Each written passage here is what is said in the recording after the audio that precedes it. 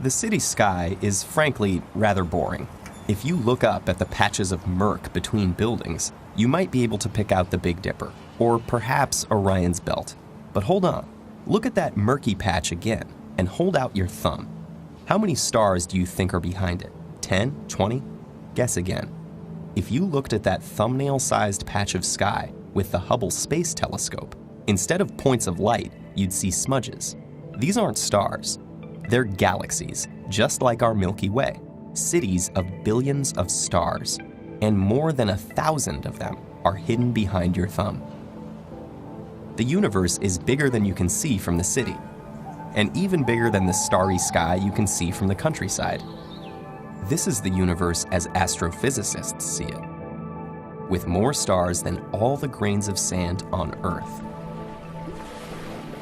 By staring up at the stars at night, you've taken part in the oldest science in human history. The study of the heavens is older than navigation, agriculture, perhaps even language itself. Yet unlike other sciences, astronomy is purely observational.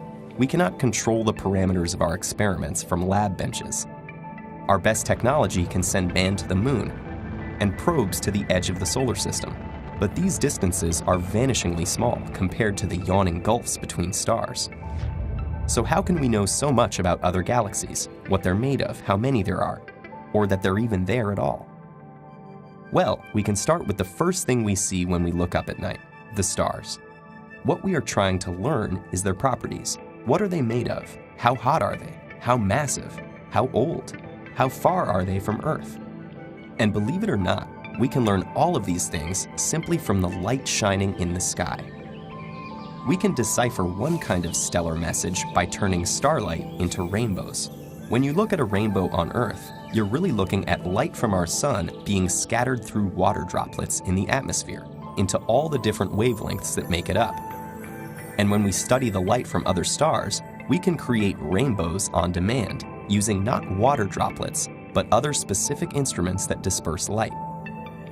When we look at the scattered light from our sun, we see something strange. Dark lines in our rainbow. These lines are the characteristic fingerprints of atoms. Each type of atom in the solar atmosphere soaks up light at specific wavelengths, and the amount of absorption depends on how many of these atoms there are. So by observing how much light is missing at these characteristic wavelengths, we can tell not only what elements are in the sun's atmosphere, but even their concentrations. And the same idea can be applied to study other stars. Make a spectral rainbow, see what's missing, and figure out which elements are present. Bingo! Now you know what stars are made of. But we aren't restricted to just the wavelengths that our eyes perceive. Consider radio waves. Yes, they can bring the Billboard Top 100 to your car, but they can also travel almost unimpeded through space. Because they've come so far, radio waves can tell us the very early history of the universe, from just a few thousand years after the Big Bang. We can also study the infrared light emitted by colder objects like the gas and dust clouds in space, and the ultraviolet light from the hot stars recently born from those clouds. Studying different wavelengths not only gives us a more complete picture of any single object, but also different views of the universe. For this reason, astrophysicists use several different kinds of telescopes, covering the spectrum from the infrared to the ultraviolet to the X-ray, from giant radio dishes to giant silver mirrors to space satellites detecting light that would be otherwise blocked by the Earth's atmosphere. Astrophysicists don't just see the billions of stars among the billions of galaxies in the universe. They hear, feel, and sense them through many channels, each revealing a different story.